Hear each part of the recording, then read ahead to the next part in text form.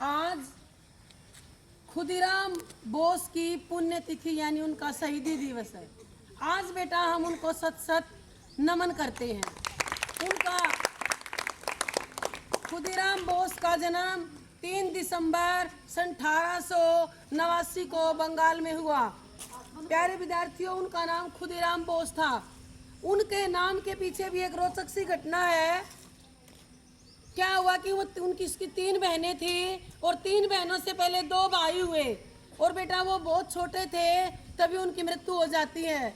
और हमारे ग्रामीण समाज में परंपरा थी, आज भी है वो प्रथा कि ये जो बच्चा हुआ है इसके साथ भी वो घटना ना हो जाए।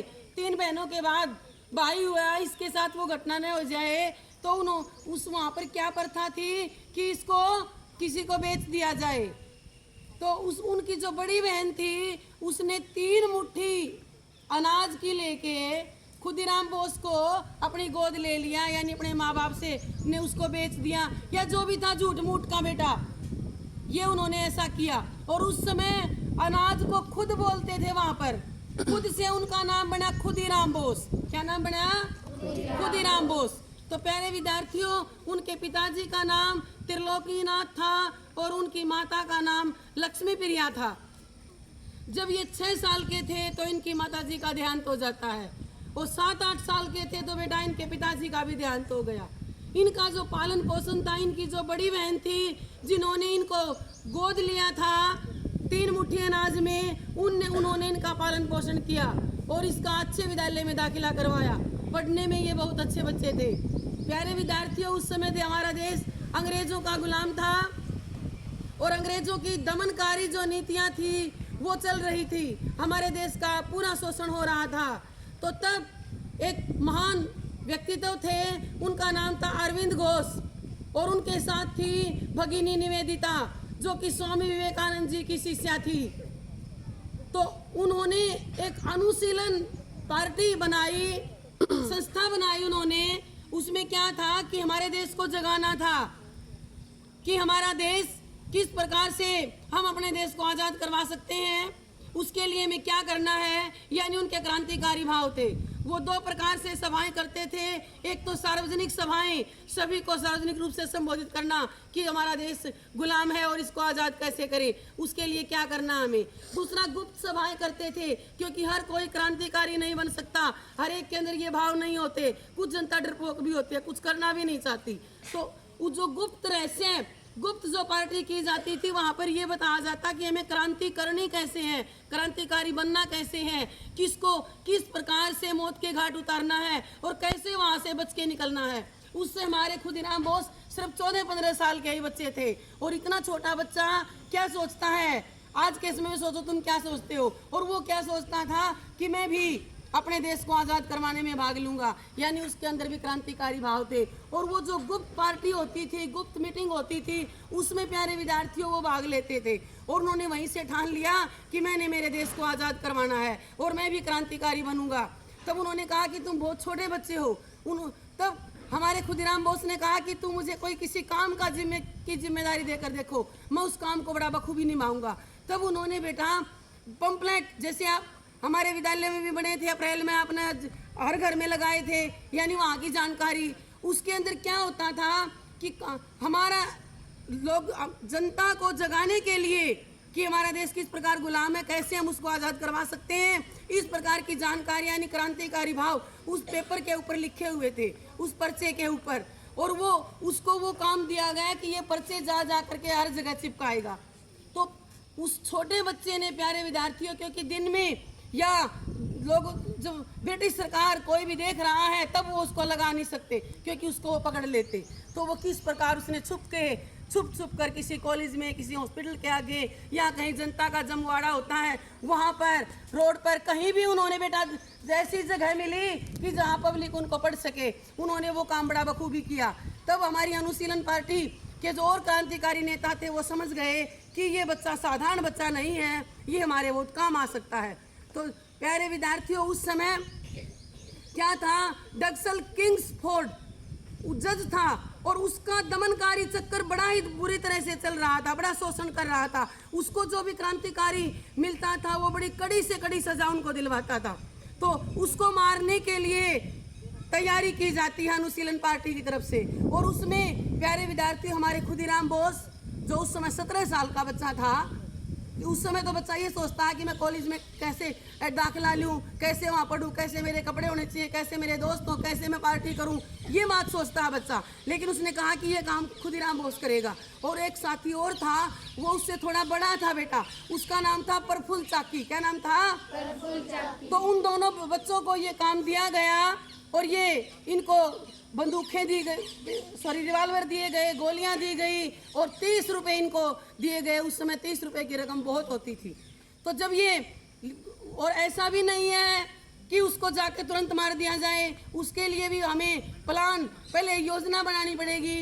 तो इन्होंने 7 दिन घूमते रहे बेटा ये दोनों बच्चे। फिर बेटा ये किसी होटल में अपने कपड़े ऐसे विद्यार्थी के वेश में वहाँ पर रहते हैं कि किसी को पता न चले। और उसके जो हमारे अंग्रेजों के जो किंग्सफोर्ड जज थे, उसके मकान के दाएं बाएं रहते हैं, उसका सारा कि वो किस समय बाहर जाता है, शाम को किस समय जाता है, अकेला किस समय होता है, यानी उसके ऊपर पूरी नज़र थी। फिर क्या होता है कि पुलिस को पता चल जाता है कि किंग्सफोर्ड को मारने की योजना बनाई जा रही है। तो उन्होंने क्या किया, उन्होंने अपना मिशन बंद कर दिया, वो नहीं गए। कुछ समय बाद मामला शांत हो सकता है ये खबर मुखर ना हो, ये झूठी हो। और जब मामला शांत हो जाता है तो ये वहाँ पर चले जाते हैं। फिर उन्होंने देखा, उस दिन 30 अप्रैल की घटना थी, जब 30 अप्रैल को उन्होंने उसको गोली मारनी थी, तो बड़ी योजना बनाई उन्होंने कि उन्होंने देखा कि वो पार्क में टहल रहे हैं, लंबे समय से वो टहल रहे हैं। तो फिर क्या होता है प्यारे विद्यार्थियों, पुलिस की नज़र पड़ जाती है कि ये दोनों बच्चे यहाँ इतने समय से क्यों घूम रहे हैं। वो भाग जाते हैं, अपनी जान बचा लेते हैं। लेकिन फिर वो रात के अंधेरे में 8 बजे वहाँ पहुँच जाते हैं। और जब वो वहाँ पर पहुँचते हैं तो उन्होंने देखा, पहले बग्गी होती थी बेटा और उनको सजा जाता था कपड़े से ढक के, वो दूर छुप कर देख रहे हैं। और क्या हुआ, उस दिन किंग्सफोर्ड के साथ उनका एक दोस्त लेफ्टिनेंट भी था, उसका परिवार भी था और ये भी दोनों पति पत्नी थे। तो उस बच्चे को ये पता नहीं चला कि 2 बग्गी खड़ी थी, कौन सी में वो बैठे हैं। वहाँ पर उनसे चूक हो जाती है। और उन्होंने एक बग्गी में क्या हुआ, किंग्सफोर्ड उसकी पत्नी थे और वो लेफ्टिनेंट था, और दूसरी बग्गी में लेफ्टिनेंट की पत्नी और उसकी बेटी थी।